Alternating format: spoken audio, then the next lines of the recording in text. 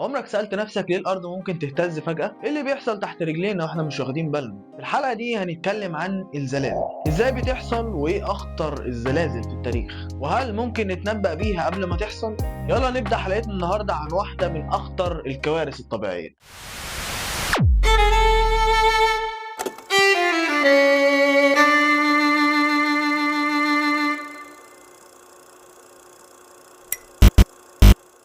أول حاجة لازم نعرفها إن القشرة الأرضية مش حتة واحدة، دي عبارة عن ألواح اسمها صفائح تكتونية، ودي بتتحرك ببطء شديد. لما الصفائح دي بتتزاحم وبتخبط في بعض بيحصل توتر في الصخور، التوتر ده بيتراكم لحد ما الصخور بتتكسر فجأة وتتحرك. اللحظة دي بقى هي لحظة الزلزال، والمكان اللي بيبدأ بيه الزلزال تحت الأرض اسمه البؤرة، والمكان اللي فوقيه على طول على سطح الأرض اسمه المركز السطحي. مش كل الزلازل شبه بعض، في منها أنواع مختلفة حسب السبب اللي وراها. الزلازل التكتونية دي أكتر نوع منتشر، بتحصل بسبب حركة الصفائح الأرضية، وفي زلازل بركانية بتحصل بسبب النشاط البركاني، وفي الزلازل اللي بتنتج عن نشاط بشري زي التفجيرات النووية أو حفر المناجم. أكيد سمعت عن مقياس ريختر، المقياس اللي بيقيس شدة الزلزال ويبقى من 0 ل 10. طب الزلزال لو من 1 ل 3 ده ما بنحسوش بيه، ممكن يحرك شوية حاجات وهيبقى ملحوظ. طب لو من 6 ل 7 ده بقى ممكن يهد مباني.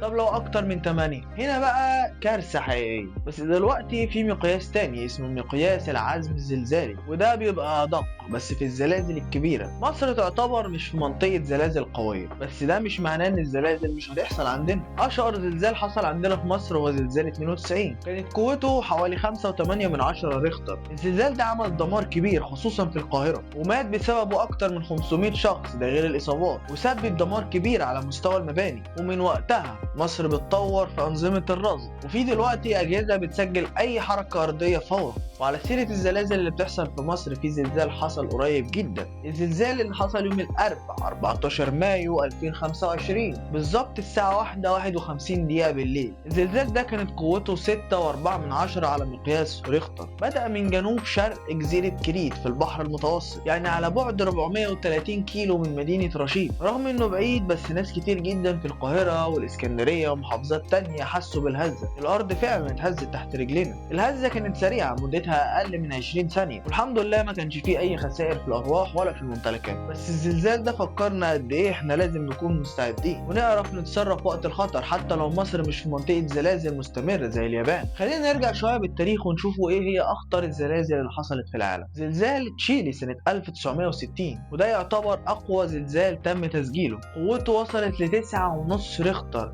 قفل الأنبير. زلزال اليابان سنة 2011 واللي سبب تسونامي. زلزال هايتي سنة 2010 واللي مات فيه أكتر من 200 ألف شخص. الزلازل دي بتفكرنا إن الطبيعة ليها قوة رهيبة ومفيش قدامها أي قوة تقدر توقفها. هل نقدر نتنبأ بالزلزال؟ للأسف لحد النهاردة العلم ما قدرش يتنبأ بالزلازل بدقة. بنقدر نعرف في الأماكن المعرضة ونقدر نعرف الهزات الصغيرة، لكن ما نقدرش نقول الزلزال هيحصل إمتى بالظبط.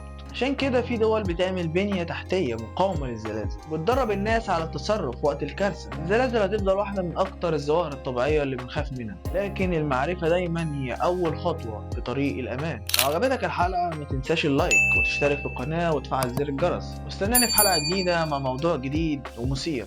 سلام.